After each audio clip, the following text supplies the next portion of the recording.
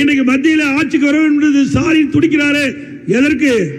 அங்கே போலாம் கொள்ளையடிக்கலாம், இங்கேயும் கொள்ளையடிக்கலாம், அங்கேயும் கொள்ளையடிக்கலாம். ஏற்கனவே மத்தியில் திராவிட முன்னேற்ற கழகம் ஆட்சி, திராவிட முன்னேற்ற கழகத்தை சேர்ந்தவர்கள் நாடாளுமன்ற இருக்கும் போது அங்க காங்கிரஸ் அமைச்சரவையில் இடம்பெற்றிருந்தாங்க. அந்த காலகட்டத்தில் கண்ணுக்கு தெரியாத காற்றுல 1,72,000 கோடி ஸ்பெக்ட்ரம் ஊழல் செய்த கட்சி திமுக கட்சி. இன்றைக்கு தமிழ்நாட்டுக்கு தலைகுழுவை ஏற்படுத்தி விட்டது. இந்தியாவிலேயே இவ்வளவு பெரிய ஊழல் எந்த இலாக்காவிலும் நடக்கல. திமுக அமைச்சர் மத்தியிலே அந்த வைத்த அந்த துறையில 1,72,000 கோடி ஊழல் செய்து புரிந்த கட்சி திமுக கட்சி. ஏற்கனவே திமுக திரு கருணாநிதி ஆட்சி செய்த காலத்தில் பல ஊழல், அரிசி பேர ஊழல், கோதுமை ஊழல், பூச்சி மருந்து ஊழல், இப்படி பல ஊழலுக்கு சொந்தமான கட்சி திமுக கட்சி. இந்தியாவிலேயே ஊழலுக்காக கலைக்கப்பட்ட ஒரு அரசாங்கம் என்றால் அது திமுக அரசாங்கம் தான். ஊழலுக்காக கலைக்கப்பட்ட அரசாங்கம். அண்ணா திமுக பத்தி தொடர்ந்து பேசி வருகிறார் திரு ஸ்டாலின் அவர்கள். இன்னைக்கு விடியா திமுக ஆட்சி பொறுப்பேற்றிலிருந்து collection commission corruption, collection commission corruption, இது 3 சிறப்பா நடந்துகிட்டு இருக்குது. சிந்திச்சு பாருங்க. அனைத்து இந்திய அண்ணா திராவிட முன்னேற்ற கழக ஆட்சி ஒரு பொற்கால ஆட்சியாக நடைபெற்றது. இன்றைக்கு விடியா திமுக ஆட்சி பொறுப்பேற்ற பிறகு இன்றைக்கு அரிசி 1 கிலோ 17 ரூபாய் விலை உயர்ந்துடுது. 1 கிலோ அரிசி 17 ரூபாய் உயர்ந்து போச்சு. சக்கரை விலை உயர்வு, எண்ணெய் விலை உயர்வு, பருப்பு விலை உயர்வு, உணவுப் பொருட்கள் அத்தனையும் விலை உயர்ந்து போச்சு. இன்றைக்கு விலைவாசி விண்ணை முட்டுகின்ற அளவுக்கு இந்த விடியா திமுக ஆட்சியில விலை உயர்ந்திருக்குது. மக்கள் வாங்க முடியாமல் விழிபதுங்கி நிற்கின்ற காட்சி தமிழகத்திலே பார்க்கப்படுகின்ற செய்தியை நேரத்தில் தெரிவிக்க விரும்புகின்றேன்.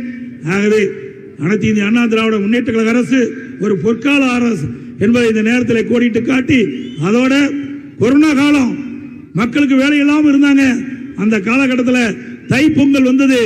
எல்லா இல்லங்களிலும் தைப்பொங்கல் பொங்க வேண்டும் என்பதற்காக எல்லா ரேஷன் கார்டு வைத்திருக்கும் அனைவருக்கும் ஒவ்வொரு குடும்பத்திற்கும் 2,500 ரூபாய் பொங்கல் தொகுப்பிலே பணம் கொடுக்கப்பட்டது. ஒவ்வொரு குடும்பத்துக்கும் 2,500 ரூபாய் கொடுத்தோம். பொங்கல் தொகுப்பு அரிசி, சக்கரை, முந்திரி, திராட்சை, ஏலக்காய், முழு கரும்பு எல்லாம் கொடுத்த அரசு அண்ணா திமுக அரசு. அடுத்தது ஆட்சி மாற்றம் ஏற்பட்டது. திமுக ஆட்சிக்கு வந்தது. அவர்களும் பொங்கல் தொகுப்பு கொடுப்பாங்க. பரவாயில்லையே, அண்ணா திமுக ஆட்சி கொண்டு வந்த திட்டத்தை இவர்கள் தொடராங்கன்னு நானும் மகிழ்ச்சியோடு இருந்தேன். ஆனா அந்த மகிழ்ச்சி ரொம்ப நாள் தாக்கு பிடிக்கல. ஏன்னா 21 பொருள் கொடுப்பதாக, பொங்கல் தொகுப்பு 21 கொடுப்பதாக அறிவிச்சாங்க விடியா திமுக அரசு. அதுல பையன் சேர்த்து 21. அந்த பொருள்லாம் வாங்கி மக்கள் பிரிச்சு பார்க்கும்போது அந்த அரிசியில இன்றைக்கு பூச்சி வெண்டெல்லாம் எரிஞ்சிட்டு இருந்தது. புளியில பள்ளி செத்து இருக்குது. அடுத்தது வெள்ளம் கொடுத்தாங்க. தைப்பொங்கல் வந்தா வெள்ளத்தை மறக்கவே முடியாது. ஒவ்வொரு தைப்பொங்கல் என்றும் விடியா திமுக அரசு கொடுத்த பொங்கலுக்கு கொடுத்த வெள்ளத்தை மறக்கவே முடியாது. மறக்க முடியாத வெள்ளத்தை கொடுத்தாங்க. ஒழுகிற வெள்ளத்தை கொடுத்தாங்க.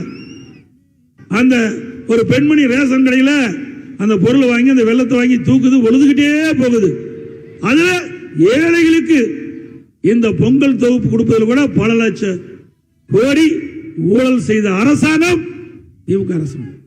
இன்னைக்கு 500 கோடி அதுல ஊழல் செஞ்சிருக்காங்க. அந்த பொங்கல் தொகுப்பு வழங்குவது மட்டும் சுமார் 500 கோடி ஊழல் செய்ததாக எல்லா செய்திகளும் பரவலான செய்திகள் வந்திருக்குது. ஆக விடியா திமுக அரசு மக்கள் விரோத அரசாக இன்னைக்கு செயல்பட்டு கொண்டிருக்கிறது.